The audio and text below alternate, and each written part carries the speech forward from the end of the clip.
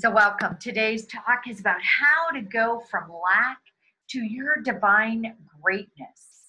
And I'm going to start with two quotes. Both of those are by Eric Butterworth, and he's renowned for his prosperity books. And so I'm going to take from the one book that he wrote, which is on spiritual economics. And this whole talk is based on that book.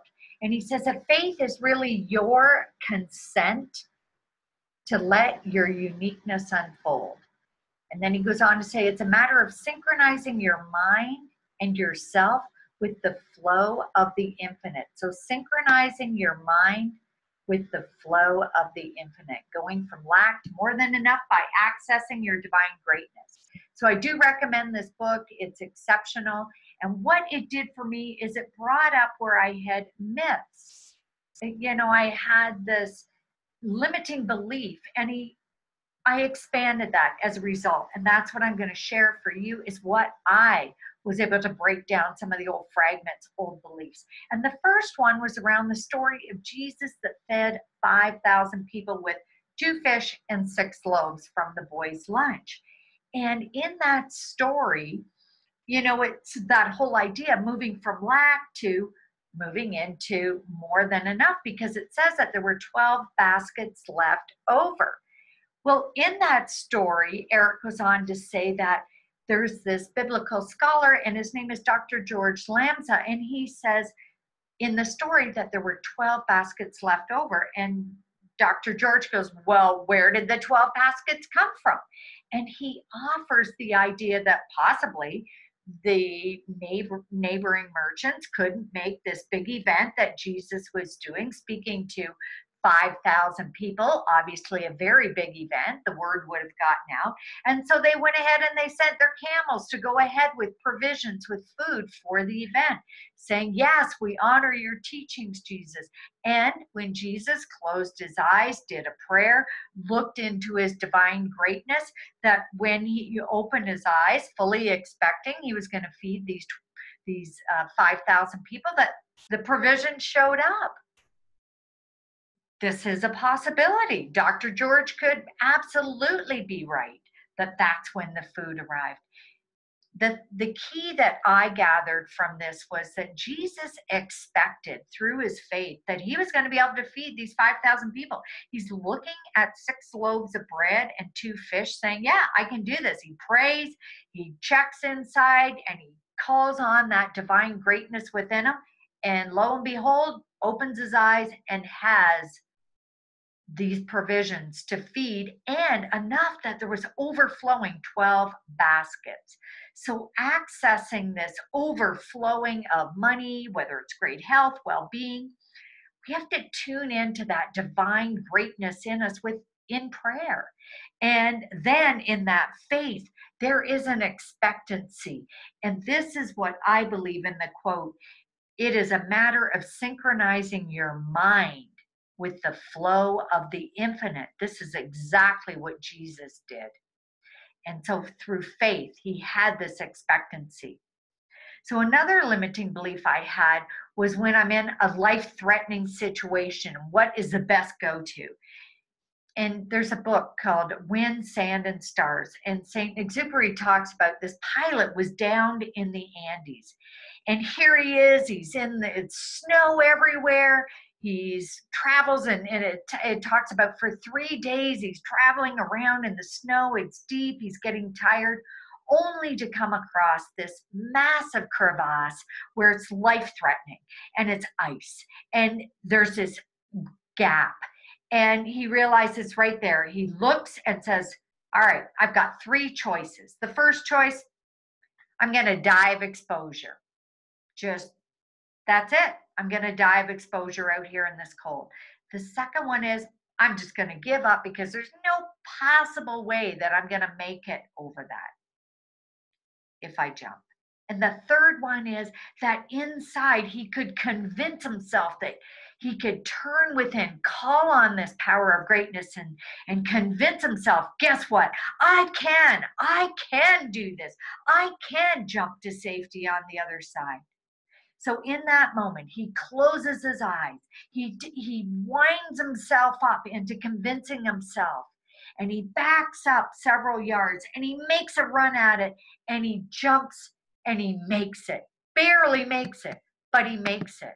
And in that moment of getting over to the other side, somewhere in him, he had believed in himself so much that he had 100% faith. He activated this divine power, this greatness inside of himself. And I believe that it's in this believing attitude that we release the flow of energy from our own God potential, our greatness. I had a life-threatening event happen around my son when he was younger.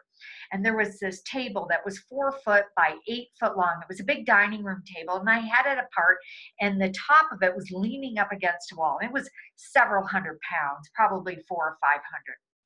And I looked over in the kitchen, and my son was right at the base of this table, and he bumped it enough to tip its angle so that it started falling toward my son. And he was probably 6 or 7 years old.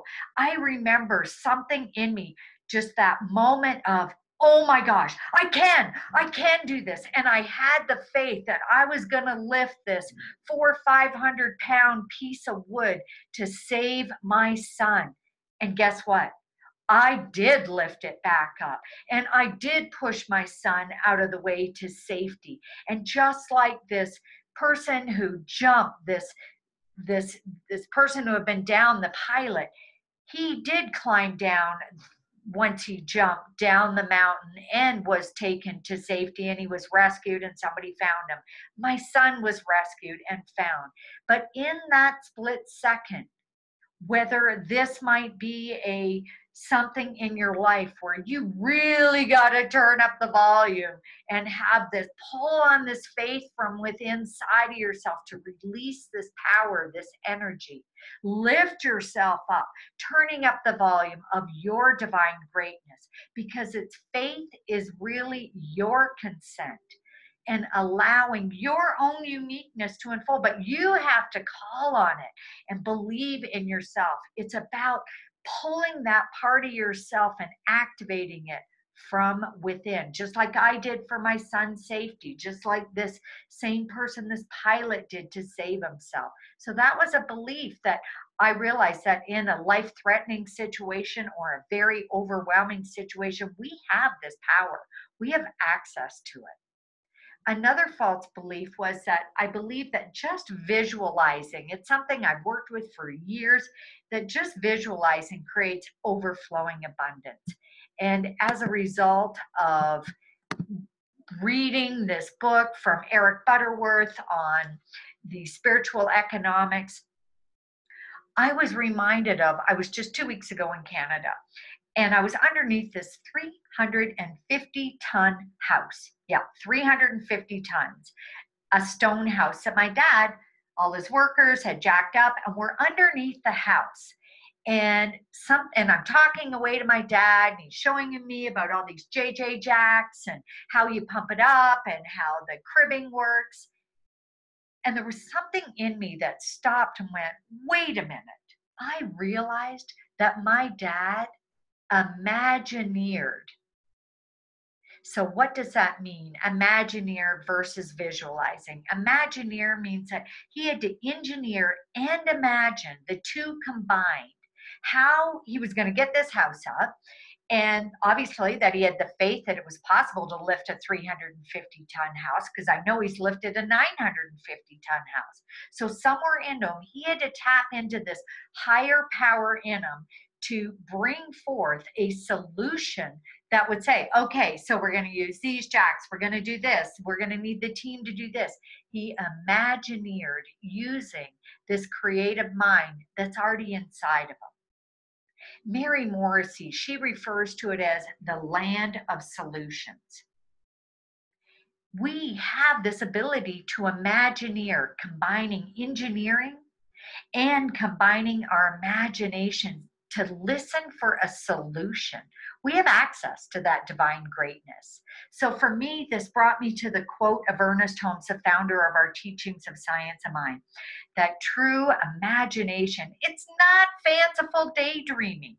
It is fire from heaven. right here on earth. So what does fire from heaven mean? It is this spark. It is this aliveness, this passion, this juice. And this made me think about the story of Abraham speaking to God and the quote where God says, "For all the land that you seeth, to thee I will give." Whatever you can imagineer. Think about that. That's basically what God was saying to Abraham. Whatever you can imagineer, whatever you can visualize and see with your eye, it is possible if you believe. So I say to each of you, dare to see yourself in it, not wishful, fanciful daydreaming. So I want to try this exercise. Let's say that you're a business owner. So we'll start with that one. Want you to close your eyes unless you're driving and just allow yourself to engineer and imagine you want to expand your clients. So think of your service. All right, so I'm going to use the one for real estate.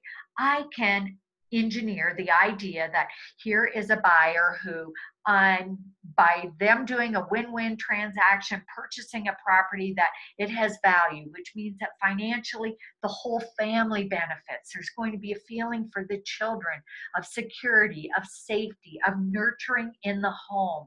I can think of the family as feeling settled into the home, feeling divinely supported, calling on that I'm part of helping to make that transaction happen. I can see the family that's letting go as that they get to move forward. So let's bring this into your business. Let's say that you work with florist shops. So let's see that those clients, that they are able to bring a spark of joy into the person's life, and you're facilitating that by designing webs, by being the person that brings these massive bouquets into corporations where everybody is uplifted that walks into the lobby. And you're part of that. You're bringing that highest essence. All right, let's say that your business is financial planning, helping people. You're the transaction that helps people to be secure in their money, in how they feel about doing transactions. You're the one that helps them to create stability, conscious capitalism in the corporation. So from the place of engineering and imagining and seeing how it works for everyone. The same as maybe you're like a secretary, you're answering phone lines. See and imagine and realize the engineering piece. You're able to do it more efficiently, more time sensitive, and that you're confident in your abilities. You've been doing it. See that you're the other side for you, whether you're a business owner or a secretary, where you're receiving. Flow to overflowing. Everybody's grateful for you in your lives. You've gone over and above. You have this higher aspect of who you are. You bring all of that. See how God, greatness inside of you is asking you to believe in yourself more, have faith in yourself more, call on greater abundance. That's exactly what Imagineering is all about. We can look to Michelangelo. Michelangelo saw this block of marble, and somewhere he took his divine essence. He looked in that piece of marble, and somewhere God within him spoke and said, I see a beautiful sculpture in this. And that's exactly what he created. It's the same with skiers that race. They already see the finish line before they've probably seen it, just like my dad, probably 10, 20 times at least, engineering it, imagining it in their mind before it even manifests. We too have to put ourselves in the picture, imagining, engineering it, not just visualizing it so it's out there. So I say, Imagineer. Don't deny conditions and circumstances as they're showing up around you. Face them from your God face. Imagineer your way out of a circumstance, a condition, just like Napoleon did. Napoleon came up against the Alps. Can you imagine? Here's this great leader, and he sees this massive mountain range in front of him, and his advisors say, no way, there's no possible way. But something in Napoleon, he didn't deny that there were mountains there. What he actually said was, there shall be no Alps. There shall be no Alps. So in him, he thought, we'll just go right up and go on to the other side, which is exactly what they did. So somewhere You might be facing an overwhelming difficulty like Napoleon is faced. And it could be around illness, could be around a lack in finances where it seems there's no way out. Probably no way out in a human sense. But I'm saying when we center in our divine greatness, right where we are, there's this limitless resource of wisdom and greatness. So it's in us that we have to break down that limiting belief that even in the face of it, we don't totally deny it's happening. We go through that, through this divine greatness, accessing it. Another limiting belief I had was around gratitude. I laughed at this because in the book, Eric Butterworth talks about it, that it's not like we're saying our thank you, God, for this food. Thank you for what I've received. Thank you, I give this tithe to you. God just is. We're not pleasing God. God is. God is this power. There's nothing to prove or to please. It's who and what it does to us. It fills us up with our gratitude that we're connected to this power. It attunes us that as we tithe and we give, we become this person of increase, as Mary Morrissey talks about.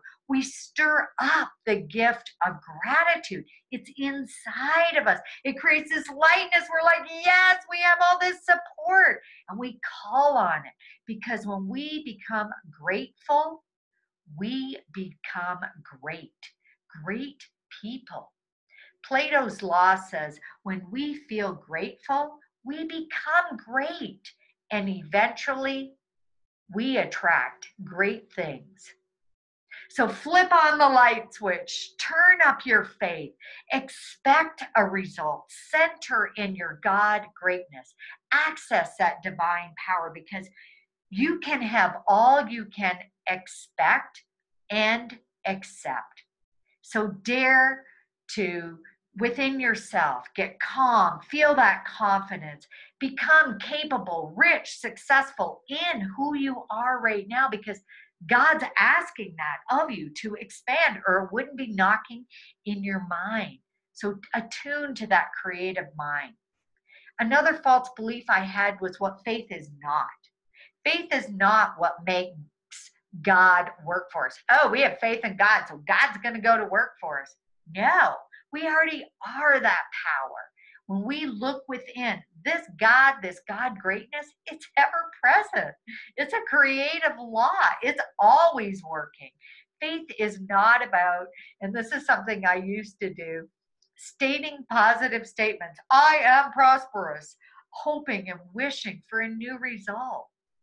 It is faith in ourselves. We have to settle into that, knowing and anchoring in our faith. That's what turns on the flow, whether it's money, love in our life. We have to have faith and expectancy, expecting that our greatness, that we are to be blessed. There's just like we are imagineering, we're in it. Then from that place, we're turning away from lack. We're going through the lack. Instead, we're not focusing on the worst. We're stepping out of the condition. We're stepping into our greatness, into our God greatness, our power. So have this. I realize that there's this power, but we have to say yes to it. We have to say yes and activate, believe in ourselves, have the faith in your divine greatness. There's nothing to do. We have to be more of that strong, powerful beacon of truth of who we already are. Ernest Holmes goes on to say that I live in faith, that there is a presence and a power greater than I, that nurtures and supports me in ways I could not even imagine.